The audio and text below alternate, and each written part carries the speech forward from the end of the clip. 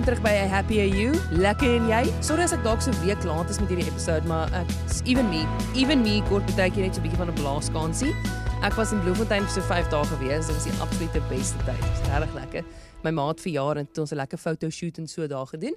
So that was cute, maar back to business. Alright. Kom ons gesels vandag oor alleen wees, single wees. Want maak nie saak hoe oud jy is nie, né? Dit is 'n thing. Dis 'n thing. En ek dink vir vandag se jong mense, as ek nou sê jong mense, praat ek van tieners, né? Mense voor 20 aan die ander kant, jong kant van 21, 22 dae.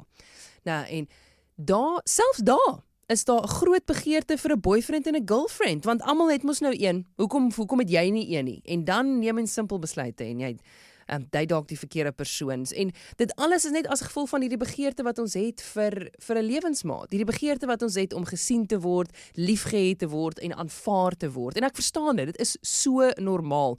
Ek persoonlik is van die opinie dat so 'n behoefte of begeerte diep deel is van ons DNA. Dis hoe ons geskape is. Ons is nie geskape om alleen te wees nie. So from the get-go wil ek net vir jou sê, daar's niks fout met jou as jy 'n groot behoefte het om jou lewe met iemand te deel nie. Okay, daar's niks fout met jou nie. So kom ons begin net by wat ek neergeskryf het. Ek het lanklaas actually 'n podcast episode soos neergeskryf. Hierdie ene het ek besluit gaan ek 'n bietjie neerskryf, want ek moes bietjie gaan terugsit en probeer onthou hoe was dit vir my. Want ek is hierdie maand, in die maand van Julie, is ek al 2 jaar getroud. Dus waar gaan die tyd heen? Ek en Wessel is hierdie jaar 6 jaar saam. Maar voor ons so gelukkig was waar ons nou is, was daar definitief 'n tyd in my lewe wat ek bitter alleen was. Vir 3 jaar, vanaf my vorige break-up in 2016, tot ek en Wessel ons vriendskap en toe nou verhouding rekindle het in 2019. 2016 tot 2019 was 'n rowwe tyd in my lewe, in terme van ek was baie alleen, ek het dalk nie altyd die beste besluite geneem nie, ek het so 'n bietjie rondgespring hier en daar, maar dit was alles, omdat ek op soek was na 'n lewensmaat. Jy weet, en dan raak mens baie keer bietjie desperaat, soos jy gryp na baie dinge net om 'n leemte te vul, om nie alleen te voel nie. Maar ek wil net hê jy moet weet dat jy nie alleen is nie. En ek verstaan, beloof vir jou, ek verstaan jou begeerte vir 'n lewensmaat. Veral as mens sien, soos jy kyk op social media en jy sien, hier trou hierdie en jy dink dalk, ja, ek's amper 30 en ek nog nie eens 'n boyfriend nie. Ek's amper 25 en hier's ek nog steeds alleen.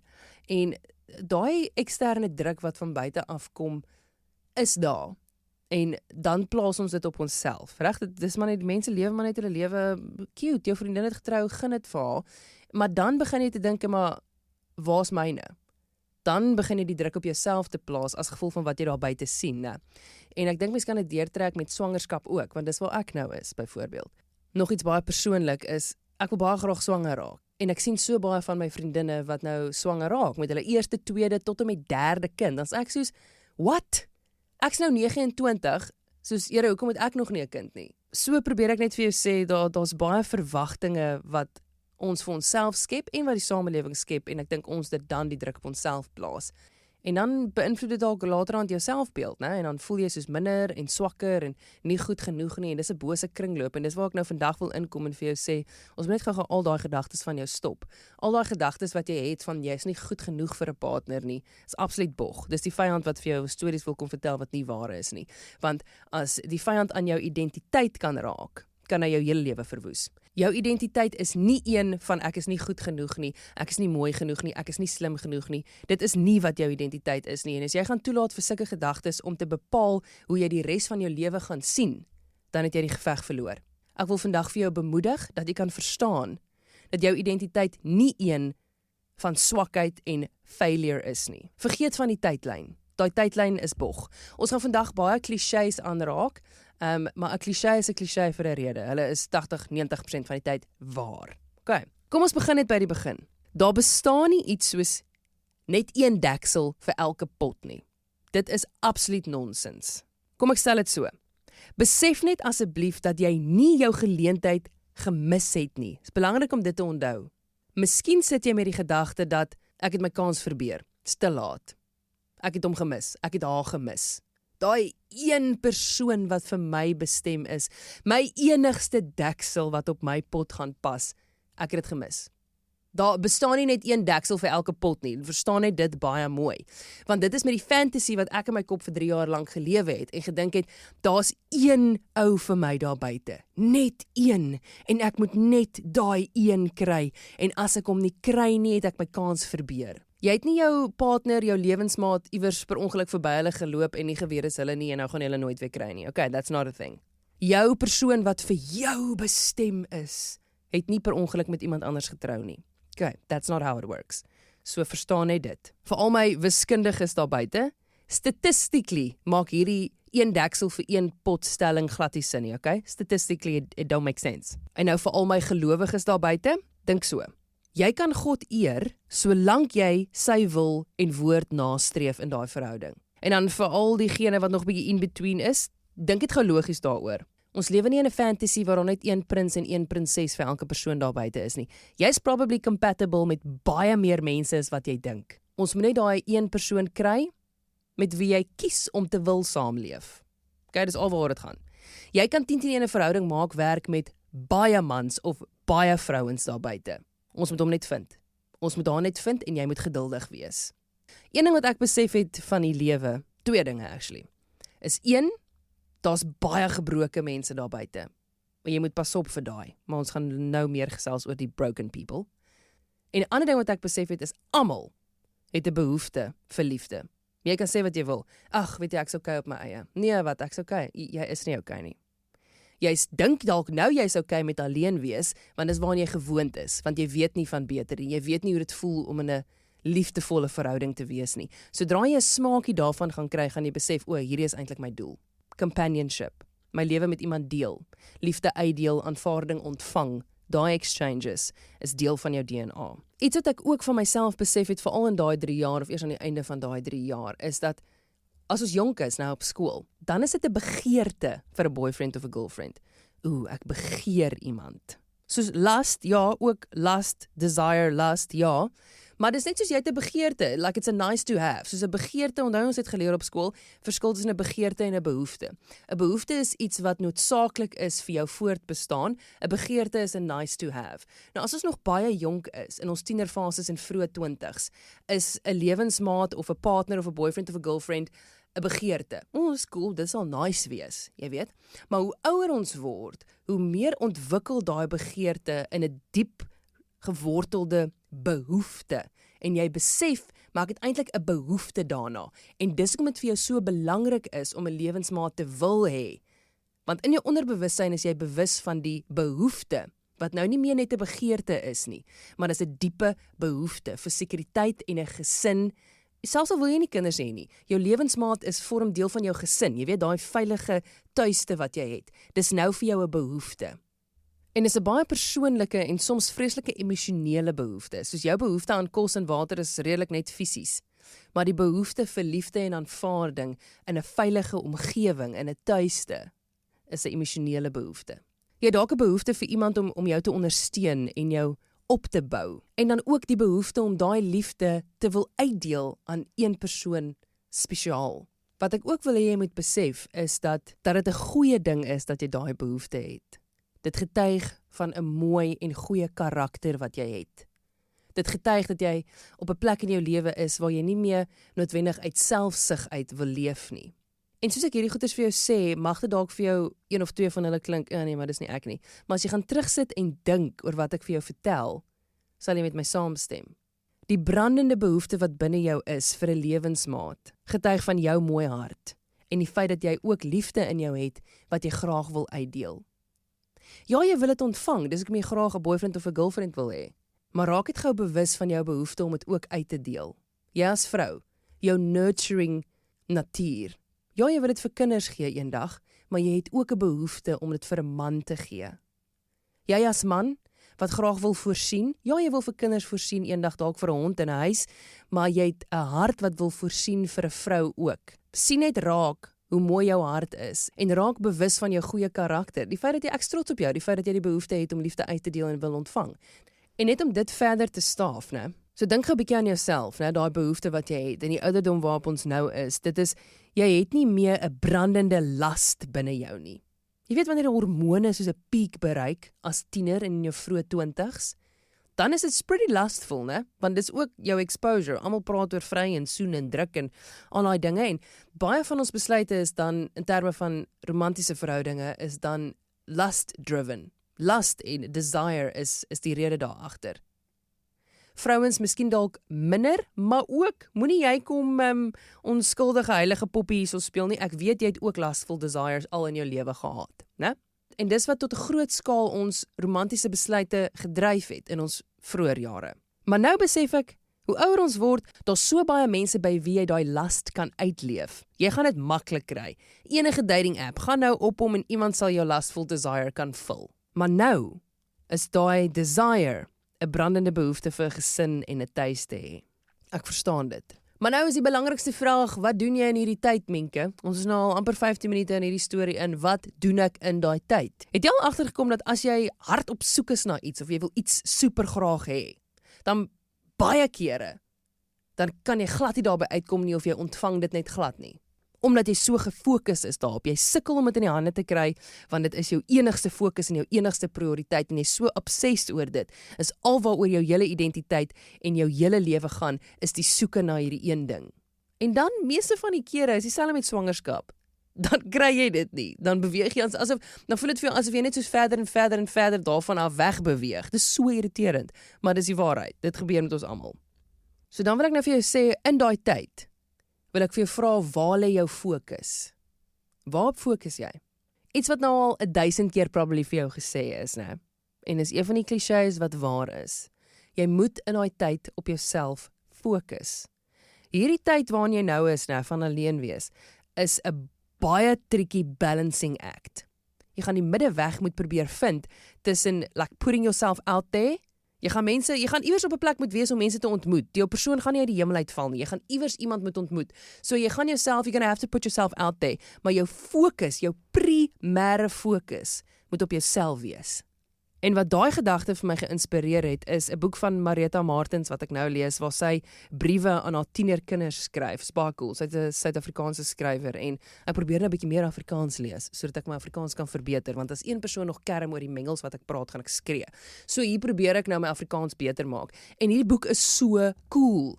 In die boek nou verwys hy na die stelling van soort soek soort, en my ma het ook al 1000 keer vir my gesê, maar ek moes net bietjie dieper gaan delf oor wat hierdie soort soek soort situasie nou regtig beteken. En ek het altyd gedink dit verwys net na 'n belangstelling. Dit is so 'n oppervlakkige stelling van dit waaraan ek belangstel is iets waaraan my man ook sal belangstel. As ek van hokkie hou, gaan hy van hokkie, dan kan ons lekker daai belangstelling deel, want soort soek soort. As ek van boeklees hou, jy weet ek het gedog het gaan oor belangstellings, maar dit doen nie.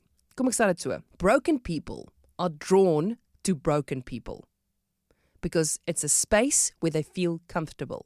Sien dit gou so. Maar jy gaan nou diep moet gaan dink oor hierdie, want ons praat oor ernstige sake. Hierdie is die res van jou lewe. Dit is nie 'n ligtelike besluit nie. Mense wat 40, 50, 60 jaar oud was, het altyd vir my gesê, is baie belangrik met wie jy trou. Maar jy moet dit nou vandag uit die mond van 'n 29-jarige hoor. Dit is baie belangrik met wie jy trou. Hierdie tyd van alleen wees is so belangrik. Want jy gaan 'n man of 'n vrou aantrek wat soos jy is. As jy sit met 'n swak karakter en selfbeeld, dis die tipe man wat jy gaan aantrek. Dis die tipe vrou wat jy gaan aanlok. En jy wil nie so 'n persoon hê nie. So die werk wat jy in hierdie tyd insit, wat jy alleen is, gaan bepaal tot 'n baie groot mate wat 'n man of vrou jy mee gaan trou. En ek is baie seker, jy het hoë standaarde vir die persoon met wie jy wil trou. Jy het ook soos ek 'n lysie. Al het jy nie die lysie neergeskryf nie, in jou kop weet jy presies. Hy moet so wees, hy moet dit kan doen, sy moet dit kan doen, sy moet so wees, dit. Jy het 'n hele lysie. Maar kom ek sê gou vir jou, as jy eendag met 'n persoon opeindig, wat nie aan jou lysie voldoen nie, is dit omdat jy nie aan 'n lysie voldoen nie. Maak dit sin? Dis omdat jy 'n swak karakter het. Dis omdat jy insecure is. Jy het so 'n persoon aangetrek, want so 'n persoon voel gemaklik by jou, want jy's ook insecure. So cute, let's be insecure together. Let's never challenge each other. Kom ons wees net lekker albei insecure saam. Kan ons insecure deur die lewe gaan met ons swak karakters en integriteit. Sorry as dit harsh is, maar dis die waarheid. Mense wat soos jy is aangetrokke tot jou. En as jy nie van jouself hou nie, dan is daar 'n 70-80% kans dat jy nie gaan kan huishou met die partner wat jy kies nie, want hy is soos jy. Dan verstaan ons nie, hoekom het ek hierdie man getrou? Hoekom is ek saam met hierdie vrou? Want jy was nie op 'n goeie plek toe jy daai persoon gekies het nie. Jy het nie gebruik gemaak van die tyd wat jy alleen was, om aan jouself te werk, om seker te maak die mense wat aangetrokke is tot jou, is so sterk soos jy nie. Het sulke goeie morele standaardes en waardes soos jy het nie. So in daai tyd wat ek vir 3 jaar alleen was, het ek net besluit om my fokus van hoe my ideale man moet lyk en om te soek in almal en alles en rondom my te wonder, maar waar is hy? Is dit hierdie een? Is dit daai een? Kom ek gryp na daai verhouding? Kom ek huil oor hierdie situasie? Kom ek huil oor hierdie toxic relationship wat geëindig het? Ek het net besluit om op te hou, obses oor hoe hy moet wees en net vir myself gevra, maar Minke, as hierdie ideale partner oor my pad kom, daai lysie, non-negotiable lysie wat jy het, Minke, as hierdie ou oor my pad kom, sal hy aangetrokke wees tot my? En toe was die antwoord nee, want ek het gekuier, nie na myself gekyk nie, verkeerde besluite geneem. En toe besluit ek, maar kom ek fix net gou daai situasie, kom ek wees net gou 'n vrou, wat my ideale man aantreklik sal vind. Wat doen jy met hierdie tyd?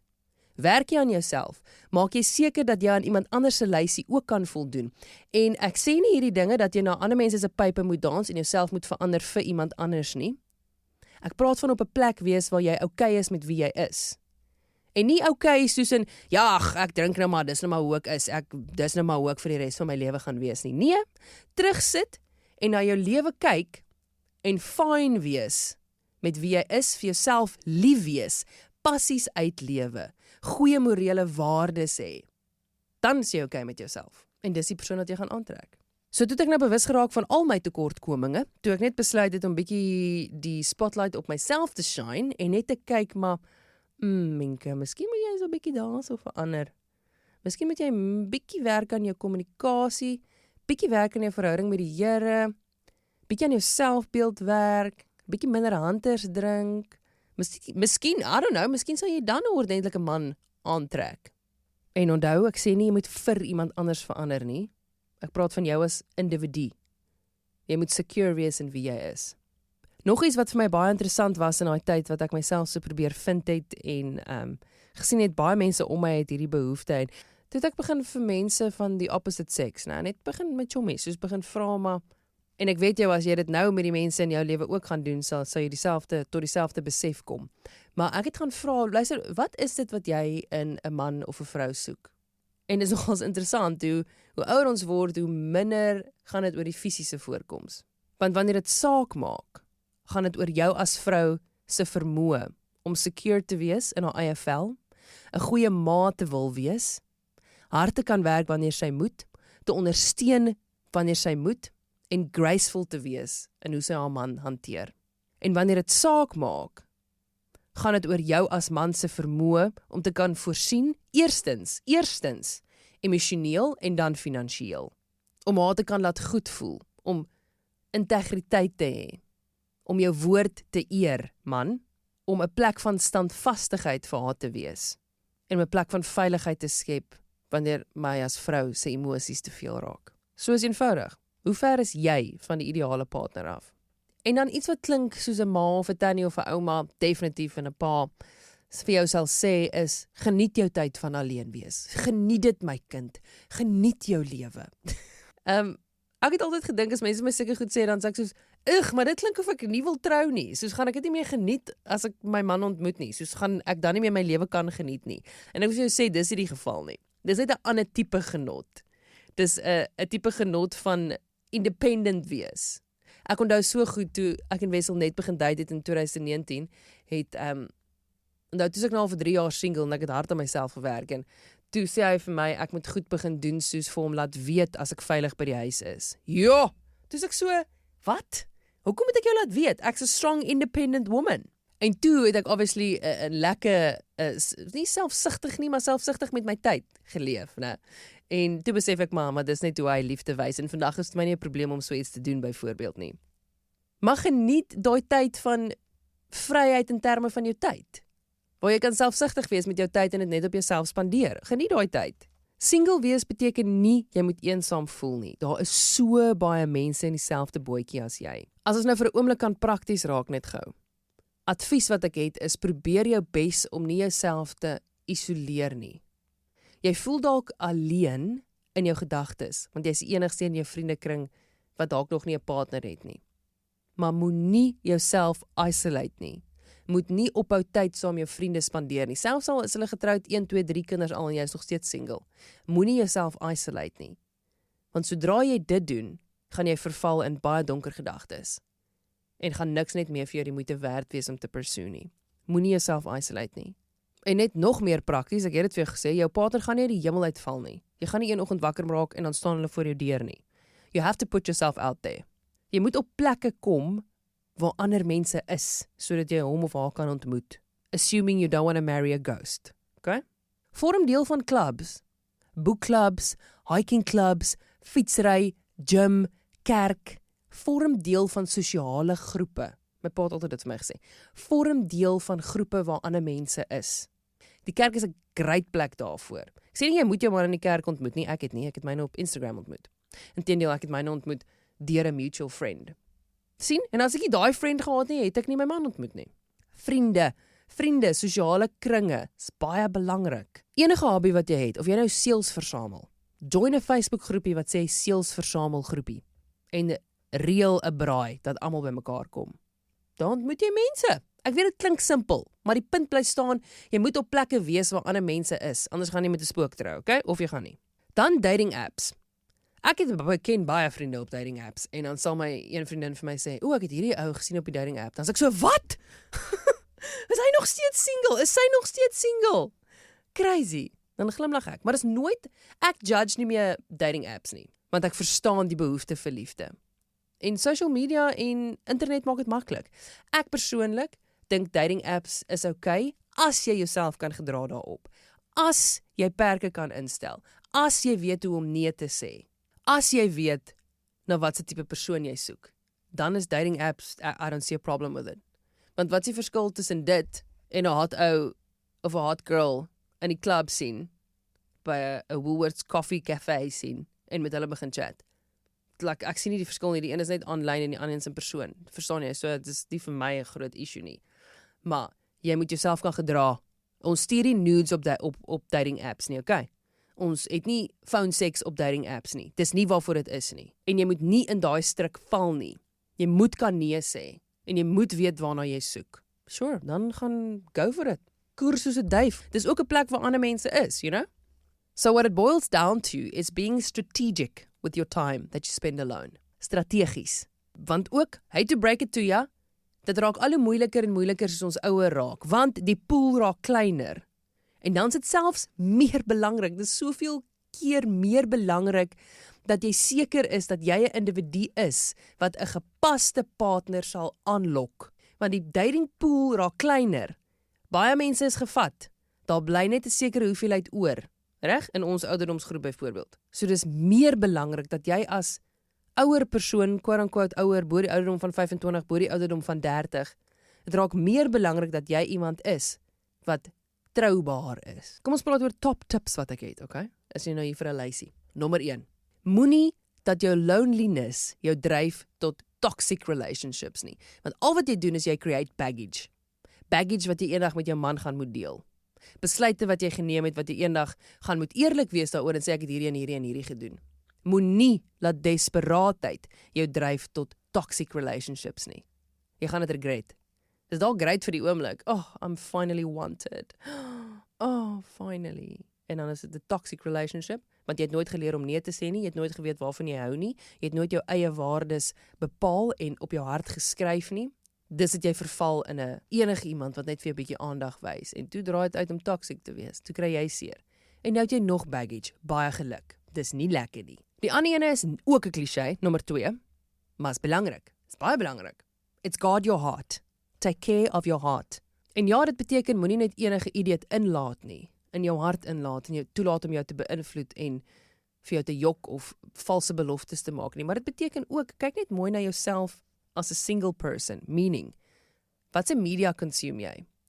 Waarna kyk jy op social media? Watse boeke lees jy? Watse TV shows kyk jy? As jy single is en jy kyk Love Island of The Bachelor, Maar dit is nie 'n goeie idee nie. Jy dink dalk in daai oomblik beïnvloed dit jou nie. Jy leef jou fantasie vir 'n partner uit deur die Hot Bachelor en die Bachelorettes en die Love Islands en al daai strooi.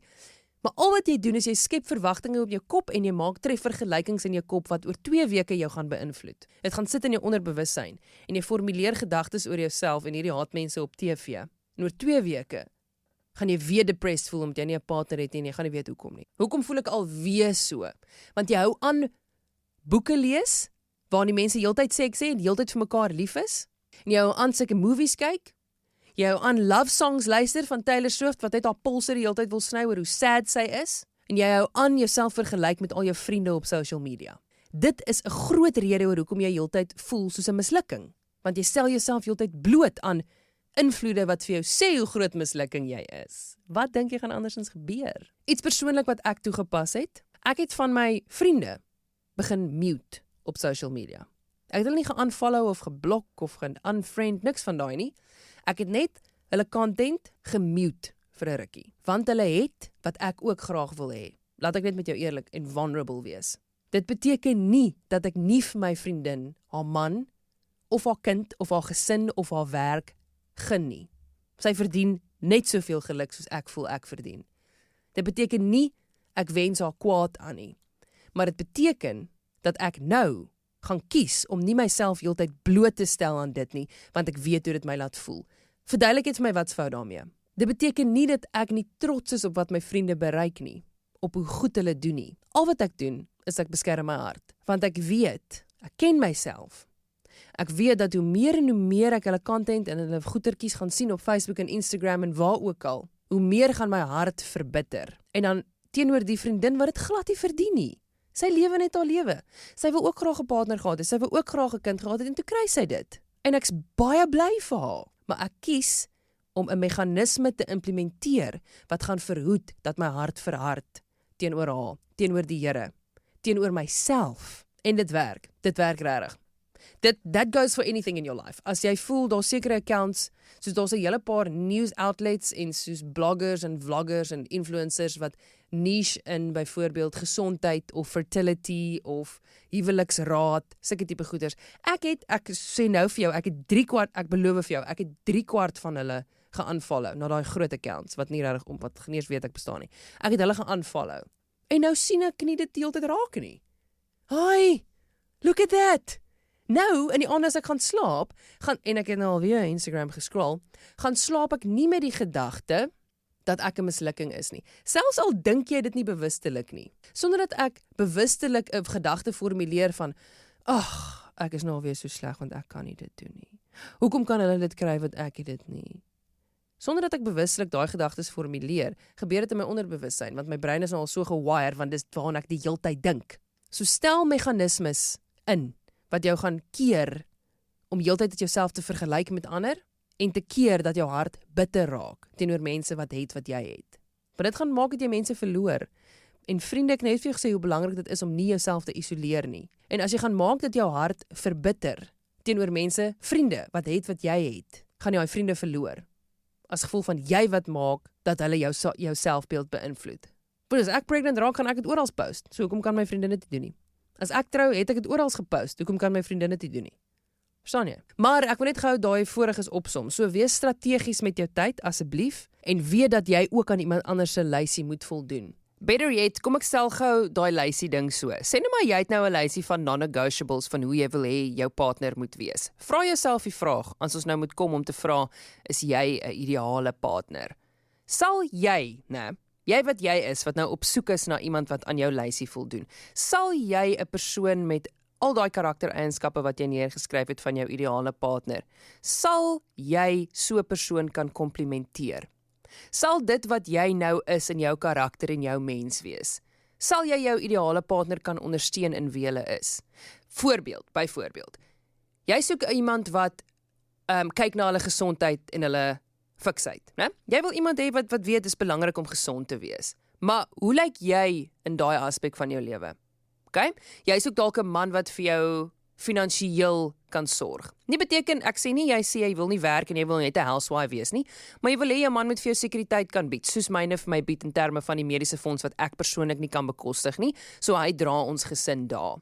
Maar 'n man wat finansiëel moet voorsien, gaan hard moet werk. Okay, behalwe as jy met jou gat in die botter geval het en met 'n wynboer getrou het byvoorbeeld. Hier erf jy 'n massive plaas. Andersins moet die res van ons maar pretty hard werk om geld te kan maak. So as jy wil hê jou man moet so wees, né? Vra vir jouself die vraag, is jy 'n vrou wat bereid is om 'n man wat hard en dalk lang ure moet werk te ondersteun? Of gaan jy jouself wip elke keer as hy eerder moet werk as om tyd saam jou te spandeer? Is jy op 'n plek waar jy independent genoeg is om tyd saam jouself te kan spandeer, wetende dat hy hard werk om vir jou finansiëel te kan voorsien? Maak dit sin? Is dit 'n eenvoudige voorbeeld nou? So dan nou dis, vra vir jouself, is jou menswees op 'n plek om jou karaktereienskappe van jou ideale partner te komplimenteer en te kan ondersteun? As jy ja kan antwoord, regtig ja kan antwoord op elkeen van daai bullet points wat op jou lysie is rakende jou partner, dan is jy op 'n goeie plek. Maar as jy nie daai bullet points op jou lysie kan komplimenteer nie, dan het jy werk om te doen. En dan as jy trauma in jou verlede het, 'n meisie soek 'n man soos haar pa, 'n seun soek 'n vrou soos sy ma, as daar seer is tussen jou en jou pa figuur, as daar seer is tussen jou en jou ma, eintlik maar almal, man of jy 'n man of 'n vrou of 'n girl of wat ook al is, as jy nog nie met daai seer in jou, wat in jou childhood, in jou huisgesin was of is nie, dit is die persoon wat jy gaan aanlok, want jy dink is normaal, want dis waar ons gemaklik voel, dis waar ons tuis voel, so dis regtig net my hart om daai perspektief vir jou te bring. Hierdie tyd is so belangrik, en as iemand weer vir jou sê, fokus op jouself, dan weet jy dis wat ek wil hê jy moet hoor. Want as ons nog gebroke is, of 'n halwe mens is, jy weet, daar's nog baie dingetjies waarmee ons sukkel, miskien is ek nie okay met daai nie, ek is nie okay met daai van myself nie, ek sukkel nog daarmee, dan is ons heel okay om ander persone te aanvaar wat ook so is.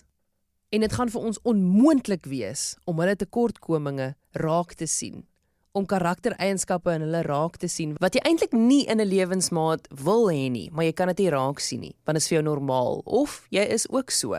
Ek is seker iewers deur hierdie episode die gedagte deur jou kop gegaan van, ja maar Mienke, ons kan nie almal perfek wees nie, en ek seker daar's mense daar buite wat in verhoudinge en huwelike is, maar hulle is albei so gebroke. Ja, vra 'n bietjie vir hulle hoe gelukkig is hulle. Eerstens, en tweedens, natuurlik gaan ons nie perfekte mense ooit wees en dan eers kan trou nie. Hier is nie altyd net 'n black and white sommetjie wat ons kan doen, en dan is ons verseker van 'n perfekte uitkoms nie. That's not how life works, maak dit aangeneem jy verstaan dit. Maar die feit dat jy tot die beste van jou vermoë jouself kan voorberei vir 'n suksesvolle lang huwelik is so. Die feit dat jy dingetjies aan jouself kan verander, wat ooglopend 'n groot impak op jou identiteit en jou toekoms en jou selfbeeld het, is so. So dis al wat ek wil hê. Ek wil net 'n bietjie introspeksie doen. Dis altyd my uitgangspunt. Jy weet dit, jy ken my nou al. Ek wil net aanmoedig om te gaan raak sien as daar ooglopende goed is wat jy kan verander. En ons almal ken onsself. Jy ken jouself baie goed, né? Jy weet wat dit is. Nou as jy nou nog steeds hier is na hierdie hele episode, dink ek volgende week se episode is vir jou ook, want miskien kan jy as single persoon hom vir mense in jou lewe aanstuur, want ons gaan volgende keer gesels oor hoe kan ek as 'n getroude vriendin of 'n vriendin wat reeds in 'n ernstige verhouding is, hoe kan ek my single vriende ondersteun? Wat moet ek sê? Wat moet ek nie sê nie? Wat gaan regtig in jou kop aan wat jy nooit vir ander kan sê nie? En ek wil hê ons wat reeds in verhoudinge is, moet net bietjie meer sensitief begin raak oor wat die ander persoon, die single persoon, deurgaan. Soos ek gesê het, 'n behoefte is diep, is emosioneel, en mens wil nie altyd op tone trap nie, veral as dit iemand is vir wie jy lief is, en ek as individu, ek wil altyd almal se probleme vir hulle oplos. Ek gee graag unsolicited advice, ek deel al my advies wat ek het, en baie keer wil die persoon dit nie hoor nie, to be quite honest, dis 'n bitterpil wat ek nog elke dag moet sluk. Nie almal wil my advies hê nie, as hulle my advies wil hê, sal hulle byvoorbeeld na 'n podcast episode luister. Maar ek het 'n vriendin, Charlene, ons was saam op skool, Sy het ervaring in single wees al vir 28 jaar. So ek dink sy is regtig iemand om mee te praat. Dat sy net vir ons moet verduidelik, maar hoe is ek veronderstel om haar te ondersteun as 'n vriendin? Wat moet ek doen? Wat moet ek nie doen nie? Maar as jy gesubscribe het op my e-mail list, jy kan dit op my Instagram bio kry, dan sal jy episode reminders kry en dan sal hierdie ook uitgaan na jou toe, dan kan jy dit maklik vind op jou e-mail. Maar nietemin, ek sal op social media jou ook op datum hou oor daai onderhoud met haar wat ek volgende gaan post. Verder kyk mooi na jouself, onthou, jy is geliefd.